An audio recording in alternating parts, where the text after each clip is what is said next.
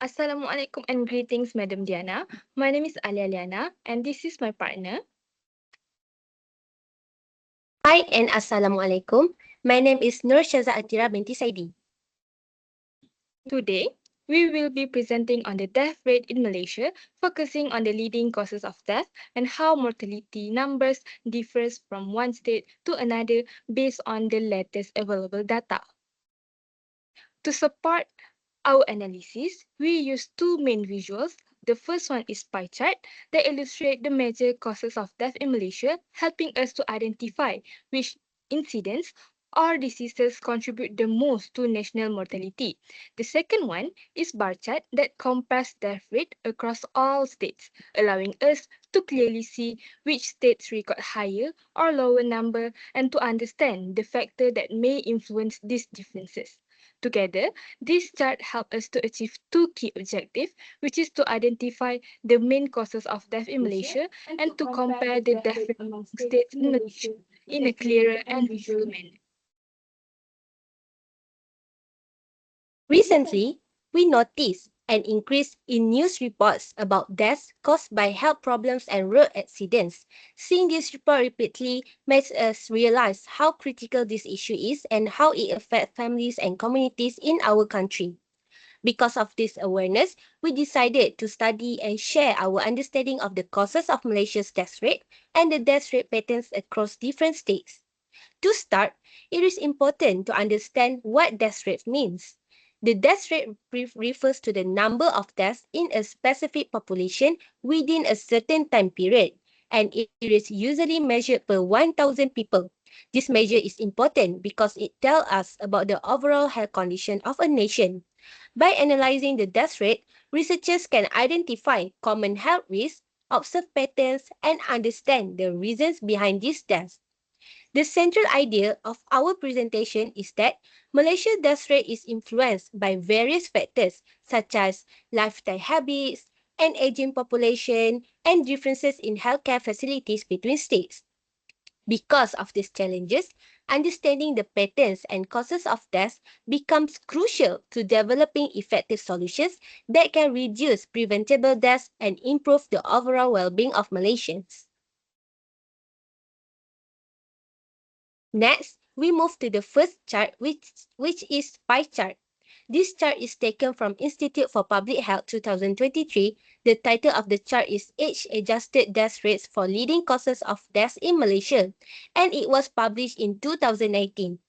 In 2019, ischemic heart disease emerged as the leading cause of death in Malaysia, accounting for 20.6%, mainly because cardiovascular risk factors such as high blood pressure, high cholesterol, obesity, and unhealthy eating habits are extremely common among Malaysians.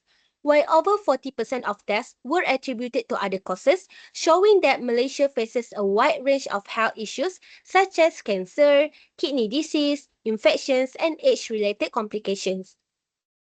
Stroke ranked as the second most prevalent cause, representing 13.9%. This is due to factors such as uncontrolled hypertension, diabetes, smoking, and an aging population. Stroke shares similar risk factors to heart disease, which explain why it remains one of the highest contributors to deaths, followed by lower respiratory infections in third place with 11.3%. This is often linked to exposure to air pollution, smoking habits, weakened immunity among the elderly, and delayed treatment.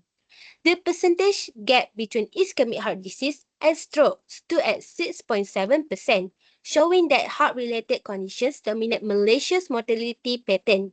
This also highlights the impact of lifestyle and diet on the nation's health, whereas the difference between stroke and lower respiratory infection was recorded at 2.6%, reflecting that both conditions have a similar level of severity in terms of national health burden.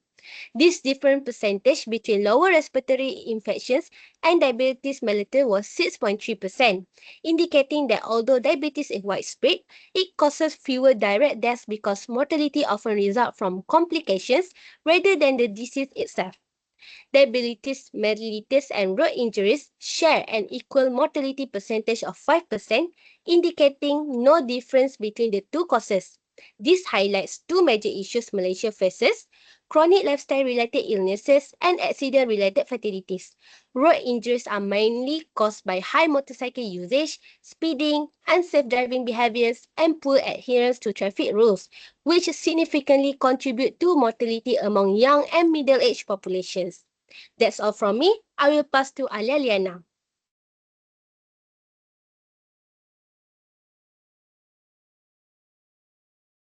So, for the chart 2, which is by chart, it is taken from Statista from 2023. Looking at the state level data for 2023, we can see a strong variation across region. Selangor records the highest number of deaths at 32,650. This is expected as it is Malaysia's most populated and highly urbanized state, where a large population naturally results in a higher number of recorded deaths.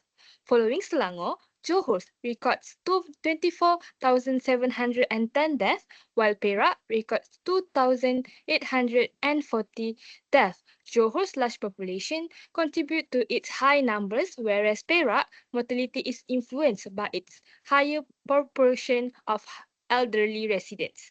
Meanwhile, states such as Kedah, Sabah, and Sarawak each recorded around 16,000 deaths.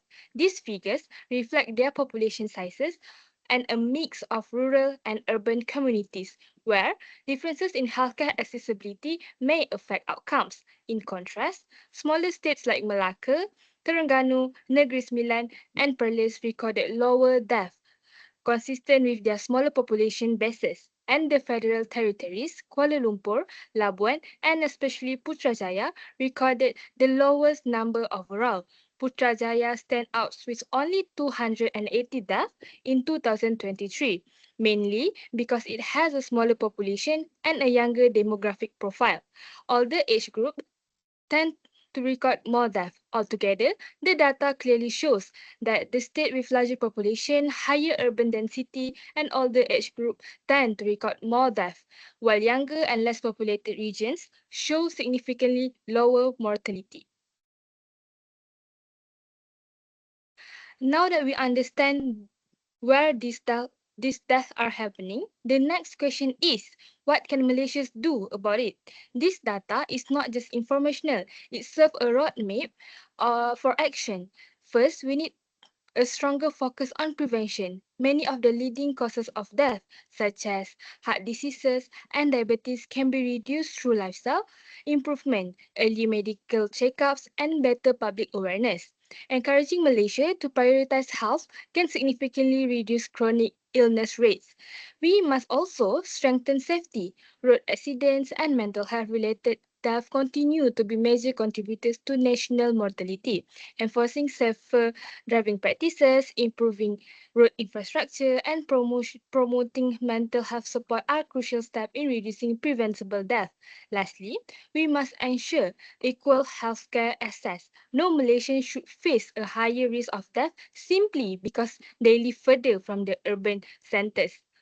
Expanding rural healthcare facilities, improving emergency response services, and increase the number of trained medical staff can help bridge this gap. Equal access to quality care is essential for building a healthier Malaysia. These numbers are more than just statistics. They represent families, communities, and the future of our nation. By understanding the data and taking informed action, we can work toward creating a safer and healthier Malaysia for everyone. This is the differences from our report, and that is all from us. Thank you.